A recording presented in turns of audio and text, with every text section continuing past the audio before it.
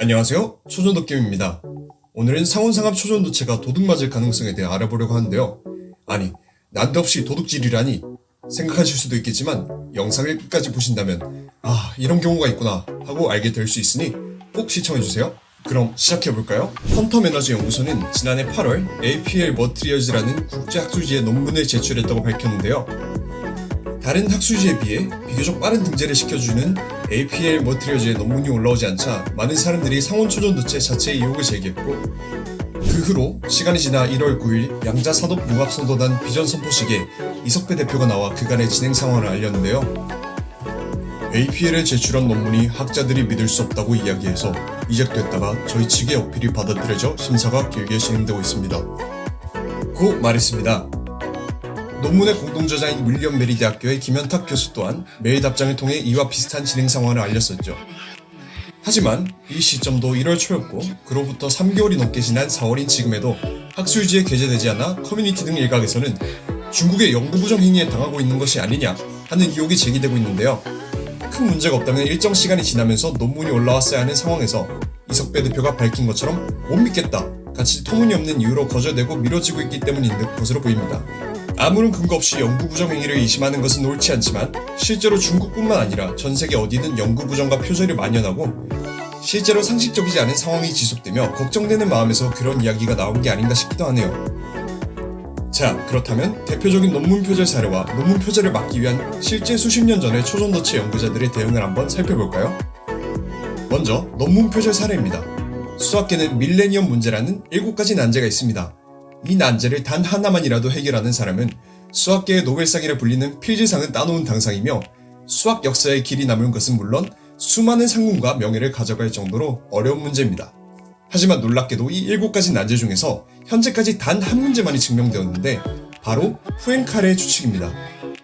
100년 동안 아무도 증명해내지 못한 난제를 해결한 사람은 러시아의 천재수학자 페레만인데요. 페레만이 이 추측을 증명해내며 현재는 푸엔카레의 정리라고 불리고 있죠. 꽃길만이 앞에 있던 페레만을 거절상인, 완전한 운둔자로 만든 사건이 하나 있었습니다. 바로 중국계 수학자 야오싱퉁이 페레만의 논문을 무시하고 깎아내리며 페레만은 단지 요령을 제시했을 뿐이다 하며 마치 자신이 푸엔카레 추측을 푼 것처럼 언론 플레이를 하고 다녔기 때문이죠.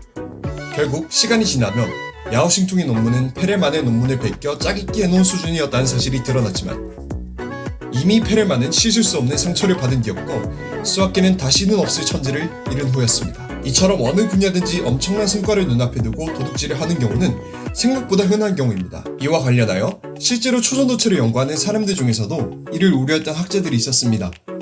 바로 노벨 물리학상을 받은 베드노르츠와 뮬러입니다. 당시 영하 250도가 인계온도였던 좋은 초전도체의 인계온도를 12도 끌어올려 영하 238도까지 보이는 성과를 내며 고온 초전도체의 가능성을 제시한 그들은 세계의 저명한 학술지의 연구 성과를 게재하는 대신에 자신들이 믿을 수 있는 편집자들이 있는 자국 저널인 독일 물리학회지에 논문을 투고했습니다. 또한 다나카 쇼지라는 동경대학의 물리학자가 베드노르츠 밀러가 합성한 란탄 바륨 산화물에 대해 재현에 성공했는데, 학술지를 통해 논문이 게재되기 전에 신문을 통해서 먼저 발표를 했습니다.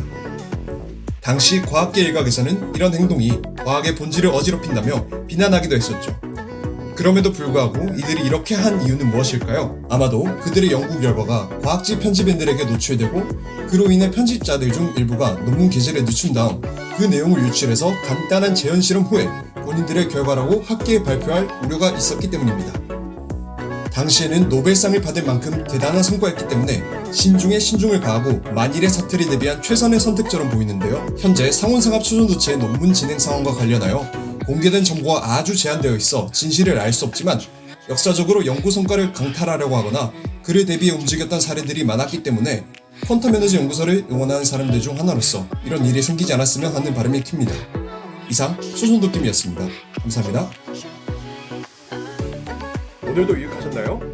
좋아요와 구독 부탁드리겠습니다.